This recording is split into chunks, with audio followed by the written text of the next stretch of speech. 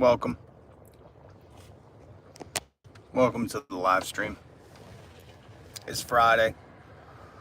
Hope you're getting out of work. Hope you're watching this when you're already out of work and your boss isn't texting you. Isn't that incredible that you can work nowadays, and because technology is utilized as a weapon against workers, you could be out of work and your boss still be harassing you. You still have that same work time stress. Unreal. We're going to talk about Tim Pool briefly, because he says that $5 million a year he was making, the $400,000 a month, $100,000 sign-on bonus, or $100,000 a video, I should say. I think that's how he described it. $100,000 a video. And if you saw him on the Ben Shapiro show, which I do not watch that show, Ben, let's say Shapiro is a pretty dumb fellow. I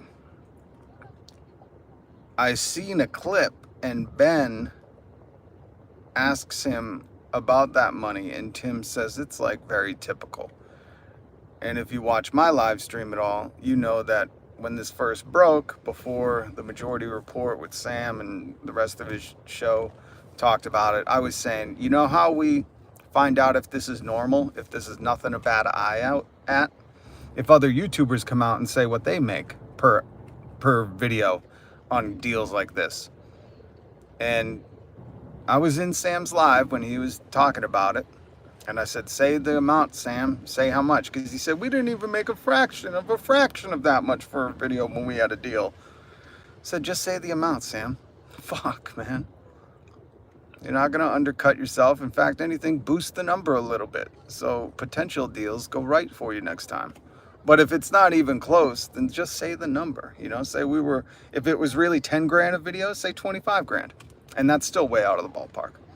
Sam didn't do that. Very disappointed in him. But it was interesting that Sam did what I was saying YouTubers should do, and more YouTubers. If you're a YouTuber and you critique this Tim Pool stuff, say how much your deals are. Say that they're nowhere near that, and say how much. Because if this is extremely suspect amounts of money coming in, then these guys should have known. I don't think they're victims. I was a victim to $5 million a year contract. Oh, I didn't do my due diligence. I was a victim to it, even though I have teams. I have COOs to do that kind of research for me. So, and it's interesting in this day and age of technology that they fell victim to an imaginary Edward Gregorian. If you don't know the whole Tim Pool story, link down in the description to the article. CNN briefly summarizes it, and I don't like going to CNN, but their brief summary is pretty good. So yeah, we're going to talk about Tim Pool, because he said a lot of things. He said, you know, if he was ever in a position where he was getting money from a foreign government or for some dirty money, he would give it back right away. Has he given that $5 million, $100,000 a video back yet? Tim Pool also said, you know, we make lots of different content. It's not just political. We talk about dating and skateboards and stuff. But he was only paid $100,000 for one specific video to go on Tenet Media's website. I wonder what those one specific video's content was. But really what digs to the heart of this, and why it irked me a little bit, and I wanted to talk about this, was because what the root problem here is people saying things that they don't mean. That bugs me, like to a degree that I don't think bugs the average person. I don't know, leave it in the Sunlies. What's up? Good to see you. Sunlies, do you, Kayla and Michael, hello. Now listen, we're going to talk about Tim Pool and him saying he would give the money back. And this article from CNN says that Tim Pool hasn't given the money back, but Tim Pool does claim that the millions, $100,000 per video he got from some Russian asset is just sitting there. Tim Pool claims he hasn't spent it. He says the majority, in this quote from the Ben Shapiro show, Tim says the majority of the money is just sitting there. It hasn't gone anywhere, which, little suspect. You're just making $5 million a year to stack it in what? One of your big skate parks so you can dive into it like Uncle Scrooge? What are you doing with that money, Tim?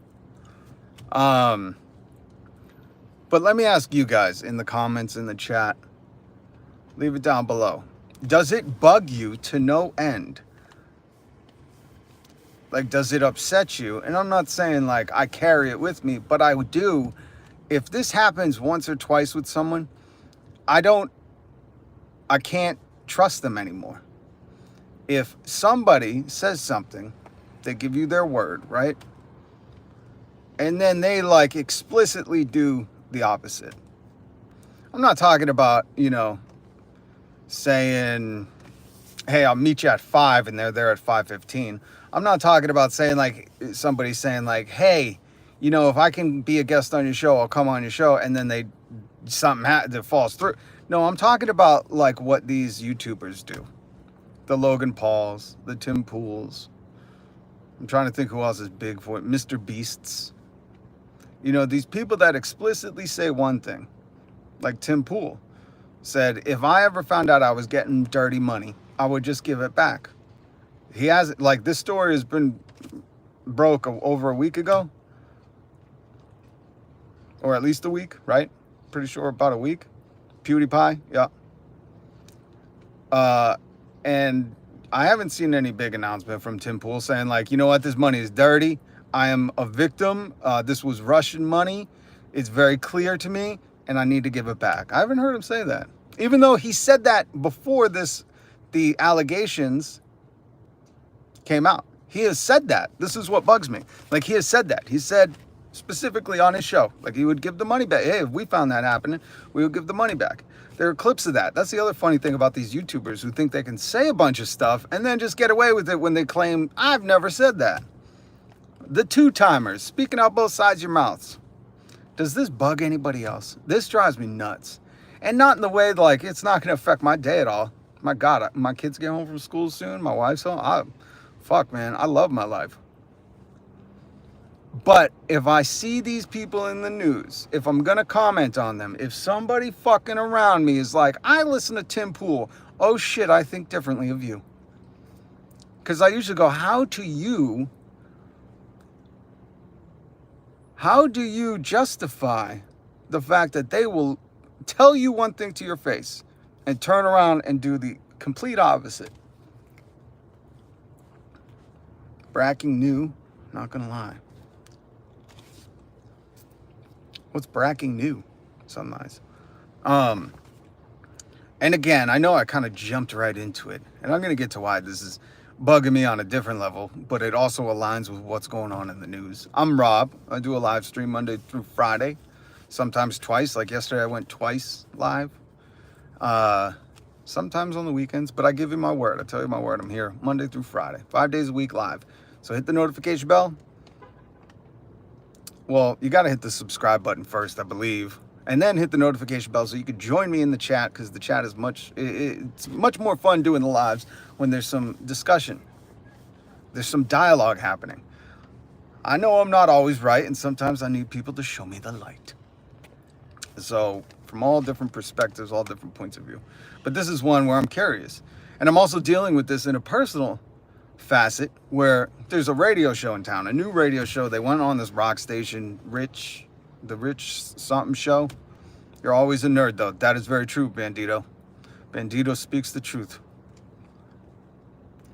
Y'all just saying that's sus. Yeah, very suspect. But it's more than suspect. It's like a complete, if you're going to say one thing and then really like consciously do the other, like full well aware of doing the opposite of what you said, I don't know. That just, and what bugs me is like, listen, if you did that 30 years ago, it was hard to prove. There was wiretapping involved, or you had to be rich enough to have a VCR and a over-the-shoulder video camera. Like, this was not easy to prove a long time ago. Now, oh, what's up, Terry? And nowadays, if you're going to say one thing and do another, like, almost guaranteed, if you're an internet influencer or you do some kind of media or something, it's going to be recorded. We're going to know. We're going to be able to find out. So it is just weird that they still think they can get away with it. And I suspect that it's people just not caring. Maybe people see themselves in it. They're like, oh yeah, I do the same thing. I tell people, you know, if I got paid dirty money, I'd give it back too. But then in reality, I'd just keep it. I'm guessing that's what it's got to be. It bugs me, you know, because if I had said that and then these allegations dropped, you would feel like, hey, to make myself valid to my listeners, to my subscriber base, to make sure they understand like I'm a man of my word. That used to be like an important thing. I guess with the Trumpian politics now, like a man of your word means nothing. Like your word can go where the wind blows, and if you're pissing in the wind, it doesn't even matter, you know? You're cool because you're doing it. It's just weird because like if Tim Pool has 1 million subs on like 3 different channels, and you'd figure like once this was exposed and his fan base was like, oh, Tim, you said you'd give the money back. And he's blatantly not like saying like, hey, I'm going to give this money back. He's just saying like, oh, it's sitting there. I didn't even spend it, which is very not believable, you know? And if he didn't, then why wouldn't you be like, you know, we got to give this money back? He's wealthy enough. He has a skateboard compound in West Virginia. I'm sure that cost $100,000. That's probably why he can have that money sitting in a big pile, in a big Uncle Scrooge DuckTales pile, because he lives in West Virginia. But you would just think, like, how is he not think, like, everything I say after me being a proven liar cannot be believed? At least that's how I look at it, right? I don't know. Self-serving, that's it. What's up from South Africa, Michelle Harmsworth? Are you asking for integrity from Tim Pool? Bandito. I understand. First of all, salute to South Africa. What's up? Good to have you up in the chat. We had some other people from South Africa in here. Please hit subscribe and the notification bell. I do news commentary, newsmentary. And it would be rad. It's amazing to have you here. So I'm flattered. No, I'm not. Sorry. We got to take the toothpick out of that comment. And I need to address this Bandito. I'm not asking for integrity from Tim Pool. I know it sounds like that. What I'm doing is I'm asking integrity from the audiences.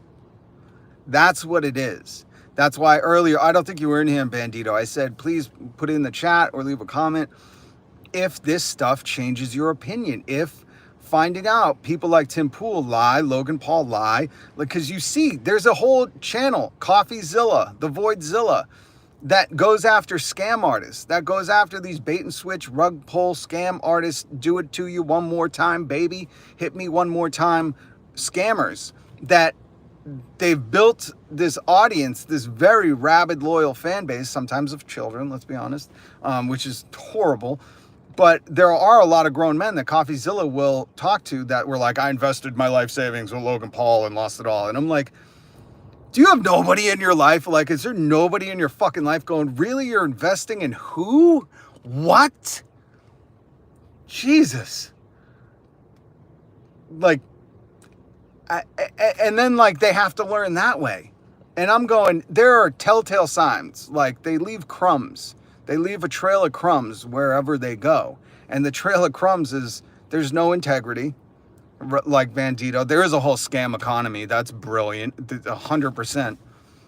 But Bandito, it bugs me. And this is, I know I'm taking like too much time to talk about this, but let me get to my personal story. But I just wonder, like I asked the audience, because really, like I have a very small audience here, but I treasure that, you know, like I really do. I feel a responsibility to, that's like half of my show is calling this shit out, or, you know, talking about it, or trying to have fun while exposing you know, stuff that might not be true, just whatever, you know.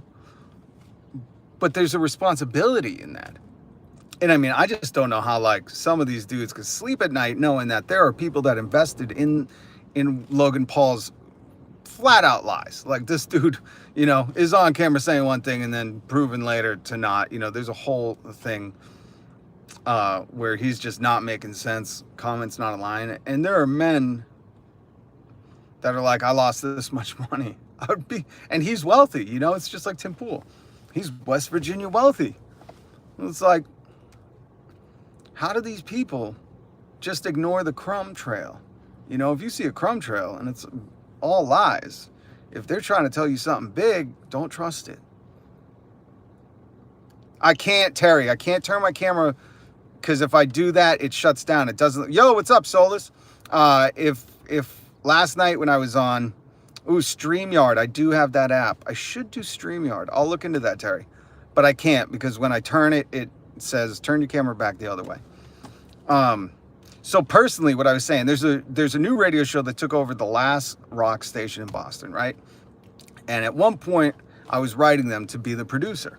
And I was just told, like, hey, send in your information to the big boss. And then the big boss just ignored me, never got back to me, and the announcement happened. So I wrote the new host and just said, congratulations. I said, man, if I could ever have 5 minutes with you, I'd love to talk to you about what I think a rock show in Boston could do. And then it was announced that they were turning the rock station into sports in the morning, which is a horrible fucking idea, okay? All of Boston said, bad idea. There's already 2 other sports stations in Boston. We don't need the last rock station in Boston to be sports in the morning, rock in the afternoon. Plus, this dude who is the host of the show he's not a sports guy. He put sports people around him, but he's not a sports guy. He actually came from rock radio. So I just thought, like, none of this made sense. Like, you're trying to fit a square into a circle. It just doesn't make sense.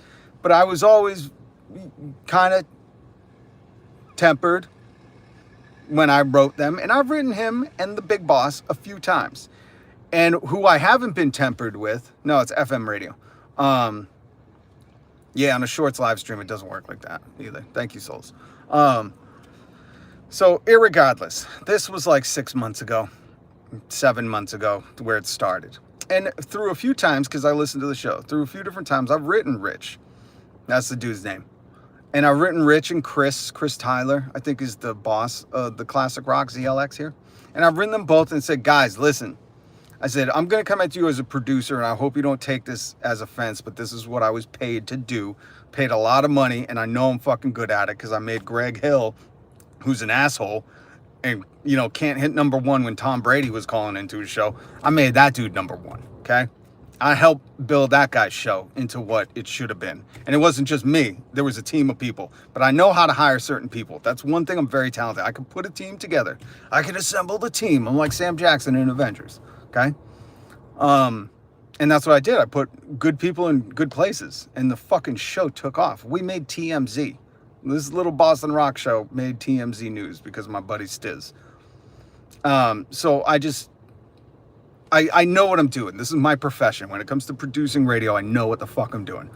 So even my first email to the big boss and the host, I said, guys, don't take this the wrong way. I'm not trying to offend anyone. I know I could be a little, upfront. I'm not going to play the politics of like, hey, let's all be nice and pretend you guys just fart rainbows. I'm not going to fucking do that. I'm not going to pretend everybody's farting sunshine and rainbows out here. I'm going to say what, might be wrong. But I do it because I want you to be number 1. And I explicitly lay that out. I'm like, I got Greg Hill to number 1, and that dude hated me. That fucker would argue with me about like ego shit. He'd be like, I've been arrested too. And I was like, I don't give a shit that you've been arrested when you got arrested when you were 14 for a pinch of weed. Bro, I've been to fucking jail many times. Like, why are you trying to compete with me? Just get out of my office. This dude was just the most insecure little boy. And he's like a millionaire. I was like, bro, you have so much money. Just plug your ears with money. Shut the fuck up. Exhausting, these insecure men that just need a battle, just need to, peacock and make sure that you know who's boss. It's like, I'm not here for that. What I'm here to do is make you the fucking best show. And that's what I did. I gave him my word, and my word was good. We made it to number 1. And he still didn't respect me, and he still hated me because I challenged him. But part of the reason people listened was because I challenged him. And I know that for a fact because people would write in and say that. He was never challenged. He surrounded himself with yes men. Biggest poisonous thing to do, just if you're ever going, Darian, what's up? Topic is people making good on your word. I'm just getting into a personal story.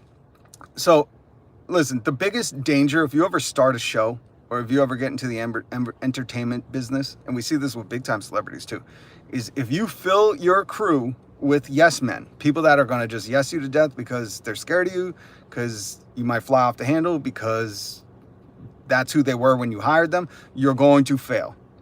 You might not fail right away, but at some point, and if not professionally, you're going to fail personally. Or you could be bigger. Let me just get that out there. That is like my number one rule, okay? And even when I would hire people, I would say, listen, if you're better at me than something, smarter than me at something, if I'm the dumbest guy in the room, I'm the happiest guy in the room. Not only because I am the dumbest guy in the room, but because that means I've surrounded myself with smarter people. That was the speech I would give to people after I hired them. And I said, so tell me. I'll never get mad at you if you're like, hey, what about this? Or I think you're wrong. In fact, I love that. And I'll challenge you back sometimes, because there are sometimes where I'm like, no, I think we need to do it like this. And here's my reasons. What do you think? But that dialogue brings you to the best conclusion, the best content. There are a lot of these old rich white guys in radio that don't want to be challenged. They say, my name is this. And they don't literally say it, but they're like, I'm da-da-da. I'm da-da-da. I've been doing this for 20 years. How do you think I've survived for 20 years? And I go, well, because you're friends with all the businesses that sponsor your show. That's how you survived, because you only make it in two ways in radio. One is you have advertising money, which a lot of these guys are friends with the businesses that will fund their show. It's just like the Russian assets with Tim. Tim could stay on the air for at least 2 years getting $100,000 a video because Russia was like, we like what you're saying. Keep putting that out. That's how you survive in radio. Or you have a really good show. Your ratings, no one will fire you, because if you got fired, your ratings are still good across the hall, across the street. People will be like, give me that show. Give me that show. Okay, so there's the background of radio. How much for your soul? They say everyone's got a price. I don't know, man. I'd have to see. But I'd like to think it's so high they wouldn't offer it. As if length means legitimacy. I'm stealing that, Darian. That is brilliant. Well, what I would, so listen, because this guy would say that to me. His debate, when I would say, why do you want to do it like that? I think we should do this when I work for Greg. He would go, well, I've been on the air for 25 years. And I said, well, but you brought me in. You hired me. You hired me for a reason. You didn't hire me because you guys were number one and doing awesome. Like, you brought me in for a specific reason, So, because to me, an argument isn't, well, I've done it for 25 years. Like, that doesn't prove anything to me, especially if you're, when I'm getting hired and they're like, listen, we're in like 10th place, 8th place, tied. Like, we really need someone to bring the ratings up. When you're telling me that, like, saying I've been doing it for 25 years speaks loudly to me that, like, oh, you have people that can fund your show. Like, you're not good. In fact, you don't care about the quality of your content. You just know that, like, I got enough sponsors to not make the company let me go. And that's how it is. Tim is told it was adequate length. So that was always my answer. But length doesn't mean legitimacy that is just a good life lesson. Thank you, Darian. And that is funny as hell. We should put that on a t-shirt. Tobin Scientific parked next to me. All right, so where was? Oh, so here's the personal end of the story. Why it also, hit me differently reading this today is because before I went live, I wrote another email to the dude Rich, who hosts the sports show on a rock station. It's stupid. Mind you, there's 2 other major sports stations in Boston. To make a third just morning show and not, like, there's so many things wrong with it, but the biggest things that are wrong with it is, like, when you took Boston's last rock station, literally the last rock station in Boston, and said, we're going to take your morning show and make it all sports. Like, you just took your fan base and said, fuck you, go ahead, go find somewhere else to listen. Because they left. And the proof is just in the numbers. I see the radio numbers, and they're not good. This show is not doing well. And I don't bring that up that much when I email them. I don't bring it up. I just say, how's it? I hope it's going well. Because I understand how long it takes to build a show. But I also understand, like, you can kill your show before you even build it. Like, if you're putting your foundation in quicksand, it doesn't matter what you do after that. And it just felt like a bad move, right? But that's neither here nor there. My point was that I've been writing this dude. And I've been writing them, just saw the new channels in the Discord. We got to get more people in the Discord. Yeah, join the Discord, link below. It's a great little spot where we can talk after the show and stuff like that. A lot of recommendations. I just put a paranormal channel in the Discord. But I got to stay on topic. So I've been writing this dude. I listen to his show and I give him proper producer feedback. One was about an interview he had, and I said, I don't know how your producer didn't think of this, and I outlined my idea for having this very viral Boston personality in, which they didn't do. And in fact, they spent most of the time trying to beg the guy to join their show, which I thought was lame and weak and made them sound really bad. And instead of having callers suggest new places for this viral social media guy to go to. And I said, because then you provide value for him and he'll want to come back on his own. And then people are excited to watch more of his stuff. And then people are excited to listen to your show to give him more ideas. And you form this symbiotic relationship. It's very basic shit. And the producer for Rich's show didn't do that. In fact, he didn't take any calls. In fact, I don't know who was in charge of that segment, but it fucking bombed. And you had gold in your hands. Like, this is one of the times where they had gold. This dude is fucking internet gold. They had him in and they just completely pooped in their pants. It was embarrassing. So I just wrote them, but I was very nice. I said, hey, this is what I would have done. And I wasn't nice to the producer. And still, I think the guy's name is Kenny Young. Kenny Young, you may be personally like a great brother, son, dad, I don't know, uncle, I don't know. You might be like a truly, genuinely good guy, but you are the fucking worst producer, bro. Like, from what I've heard, you're horrible. I don't know if they kept you in there because you were the producer for the last show and they didn't want to pay a salary to someone new because someone new maybe get more. Or if, I don't know how it went down. I really don't. And again, Kenny, if somebody watches this, like, Kenny, I'm sure you're a great dude. I really do. Like, this is no ill intent. It's just as your professional skills. Like, you're sleeping on the job, and you can't do that when a new show starts. You can't coast into the role like you did in the last show that failed and they got rid of. You have to fucking, have somebody slap you around and go, okay, wake up. We got to do this. You have to do that. And it just seemed like you were not only not comfortable, that you were lazy. Like, there were some things, like, as a producer, I'll give you a secret. I work with a dude who was a consultant for Ryan Seacrest, and he taught us to always ask, how do we make this bigger? How do you make this segment bigger? Very simple shit, but Ryan Seacrest did it and got huge. And I went, you're not even asking those basic producer questions. And there are more. And this is what I detailed in the email. I said, I'm not going to give you all my shit, but I'll tell you where the biggest glaring errors your producer is missing. And I've done this for a few months now. And today, what I was getting at is that I wrote him today because I listen to the show occasionally and I hear this dude, Rich, talk about, we love the listeners. We love you. We love everybody participating. And I said, I listen to it differently now because it sounds believable, but it's very disingenuous. Because I've written you, I've participated, I've given you ideas. In fact, fucking after I wrote him the first 2 times complaining, telling him your producer is going to fuck your show over. And that's what I told him. I said, straight up, get rid of Kenny, because if he keeps at this rate doing nothing, you're going to fail. I don't care if he's running the board and doing sound effects. The bottom line is that's not a producer's role. You could get a board fucking operator to do that shit. Producer's got to be the brains, the fucking coal in the steam engine, bro. He's got to be thinking of everything and anything all at once. And he wasn't doing that. And then I started to notice, because I follow these people on Twitter, I follow their websites, I do all this. This is my job. Or I don't have the job, but this is why I was good at my job when I had a job, if that makes sense. And what do you know? After my second email to him and the boss, Kenny's Twitter is like lighting up. There's podcasts everywhere. There's producing going on with the podcast, which is the most basic, intern level of production, like promoting a podcast of the show, not even an extracurricular podcast. That's the most funny thing. Wait until they find out about the money you can make in podcasting. We'll go back to Tim Pool. Again, I don't give them all the secrets, but some of them are glaringly obvious, which I go, God, sometimes I just want to write, you dum-dums, do you want to make a lot of money, or did you get so much money you just want to be lazy? Or do you want to keep your jobs? Because at this rate, you're going to kill the last radio station, the rock radio station in Boston, and that's what's going to happen. I'm calling it right now. I'll call the last one. I'll call this one too. I don't want to, and mind you, when I would write these emails, I didn't have this tone, except for Kenny. No contempt as a human, just as a professional. But I would always say at the end, like, guys, the reason I'm writing you this, the reason I'm sharing this with you, I want you to really think about it, because the ego can get offended. But if you take it in a professional sense, you understand I'm trying to help you.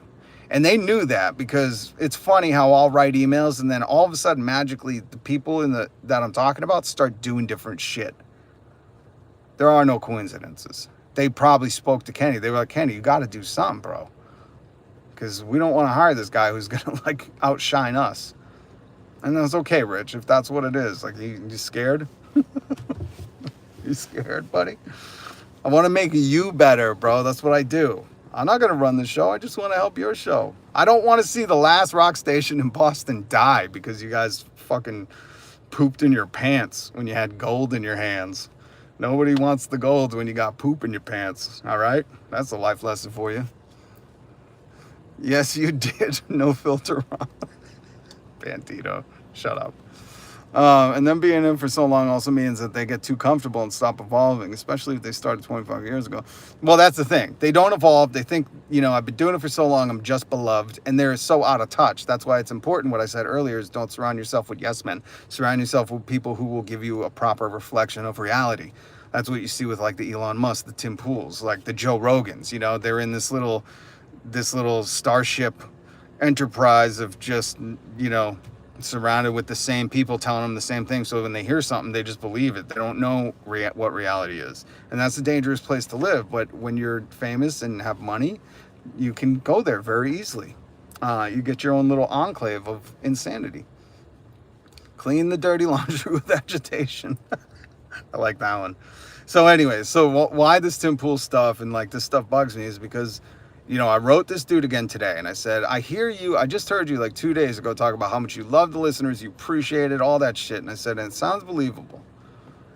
And then I had said, but it's disingenuous, but I deleted that. And I just said, it sounds believable. And then I went on to say, like, I've written all these people, right? Big Show out of LA, Kevin and Bean. I've written people in Boston, like legends in Boston. I wrote Chris Novoselic of Nirvana. I've written all these people, whether it's to like ask for advice, to say how much I appreciate them, whatever. I'm a weirdo. I like to write people. And I said, and they all miraculously found the time to write me back, even Chris Novoselic of Nirvana. Kevin and Bean, or Kevin from Kevin and Bean in LA, like miraculously. I even wrote him saying, this is crazy. Like, there's no way you're going to write me back, but I need to ask your advice for something in radio. And he wrote me back. He found the time. I couldn't believe it. I really couldn't believe it. I said, it's amazing that a guy in your city who's listening to your show, who's trying to help you, who you're obviously doing something differently after our emails with your producer. So I'm not a crazy person. Like I'm very much giving you insightful advice, and you just magically in 7 months or whatever it is, 6 months, haven't been able to find the time to even say, hey, appreciate you reaching out. That's it. Sent from iPhone, like something as lame as that shit. And that's it. And I said, it's just miraculous that they've all found the time to write back. I said, hope you have a good one. So basically what I did is I spoke the less is more in the negative spaces, because it's, he needs to understand that like you sound like you're lying on the air, because if you're disingenuous in how you actually feel, it doesn't matter what you say. People will pick up on it. I learned that in radio too. And some won't. And I go back to Tim Pool. Tim Pool said, if we found out we were getting dirty money, we'd give it back. Well, here you are, $100,000 a video, and I don't see you jumping to give that money back. It's interesting. So do people just not pick up on the lies? Are they so invested because they see some of their self in the lies? Or what is it? I can't figure this out. And that's why and this is my video essay on why Tim Pool punk. Tim Pool is a punk. I don't understand why they wouldn't listen to someone who's been doing it for a long time and has experience in it. Soulless, that's the fucking $1 million question, bro. And they know the proof. Like, you can look at the ratings in 2015, the spring ratings book. You can see WAF. I have a picture on my website of the front page of the newspaper when my rock show the rock show I was on beat the sports stations, and we were #1. Like, there's proof, you know what I mean? Like, my resume, and that's what I mean. Like, I'm confident in what I do. I don't need to pretend anything. I don't need to lie. I'm very confident. And the more important thing is, like, I love this art form of radio. And that's really why, like, I'm upset that they're killing a rock station in Boston. We're watching a murder in the radio industry in Boston right now. And it's depressing to see that. So yeah, I just don't get it. Is it like the people? Are people just content with being lied to and being fed what they want to hear over, just expecting a little more. Because I believe if they have integrity in who they're listening to, they themselves have that level of integrity. Or is that a totally fucking crazy and not correct assessment? I don't know. I don't have any of these answers, Solus, and that's why I defer to you guys. That's why I defer. That's why I come on live right now and go like, I wrote him an email and I guarantee he ain't gonna write back. And I could think it's just his ego. Like, he doesn't want to acknowledge, like, some random dude's trying to help me. I'm rich and I do it all on my own. He could be that dude, which would explain why his last show broke up, Maybe I'm not looking at the crumbs. Oh, shit, maybe that's it. Maybe I'm not looking at the crumbs. And there's the epiphany. Move out of Boston, dum-dum. I can't. Do you know how expensive it is to move? Your partner just got a new job, though. Who's my partner? Oh, yeah. My wife? Yeah, she just took another job. Turns out she's not leaving her old one, so she's working too much, and I'm not working enough. And, that's hard on a person, because I wish I could do more, but I make $4 an hour at Starbucks, so that ain't open. I'm trying. Hey, listen, this YouTube thing, never give up on yourself. That's what Stephanie Germanotti said. Miss Gaga, Lady Gaga, said never give up on yourself. So here I am doing a live stream. Please hit subscribe and the notification bell, because I not only try to bring you news, entertainment, comedy, newsman-terry-tainment, but I also, interweave real life experience into that and why I've got to where I am. Did I get the job? I didn't hear back from them. Solus, I don't know. You know what? I'm just going to hit the lottery. It's much easier than trying to figure out what these people want from me. Because I wrote them back and I detailed some things and he ghosted me. It's a very common thing. I should start I don't know. I don't know. All right. I gotta go. Jesus. I don't know if this made me feel better or worse. It doesn't matter, because you know what? At the end of the day, somebody else in radio that I respect, when I was telling them about this and how I was writing them, and I was like, I don't give a fuck. They're not hiring me anyways, so I'm going to say, some of the stuff that I guarantee you a lot of people aren't saying this to them, and they should. The people whose jobs are dependent on this dude should be speaking out like this and saying like, hey, we got to like step this up, but they're probably scared or they think they'll get fired. And I said, and I have none of those worries. Plus, I don't create a workplace like that, but I have none of those worries. So I said, I'm going to do this. And this dude who I respect and really like respect his opinion in radio, because he's been doing radio for a while too. And he does some things that, like, I'm like, oh, that's witty. That's fuck, man. That's talent. He said, good for you to me when I told him about this. He was like, good for you. You should be doing that. And I think he valued the value I was trying to bring. It did sound like they wanted to hire me. I don't know why I haven't heard. Hi, I'm new. Terry, my bestie, posted about you. Heavenly Star, halom. Good to see you. You're coming in right at the end. I'm so sorry. But please hit subscribe and the notification bell. And it's very nice to meet you. Good to meet Terry's best friend. Real quick, I know it's repetitive, especially because I have to work with the same clips, but what did you think of the new edits? I like it, man. You gotta, what I would do is you gotta go watch some of these editing channels on YouTube. And go watch some of the good editors. Not Mr. Beast, who's just trying to edit everything into a split second. But go watch some like really creative, fucking weird, artistic editors. And slow down their videos and watch what they do. That's the way you get better. It's not about how many clips you have. It's not even about the clips. It's about how you can do these transitions. It's about how you make things look magical or make them fade into each other. I'm telling you, there's some talented artists out there. Go find them. Go study what they're doing. Rip it and then make it your own. Oh, thank you so much, Heavenly Star. Appreciate you. All right, guys, I got to get out of here. Plus, my phone feels like it's 1,000,000 degrees. It's like burning my hand. Have a great day. Don't forget to hit subscribe. Have a great weekend. Much love, much respect. Thank you guys for taking time out of your day to spend time with me. I really do appreciate it. It's a fucking cool ass thing that this YouTube going live stream is. Peace.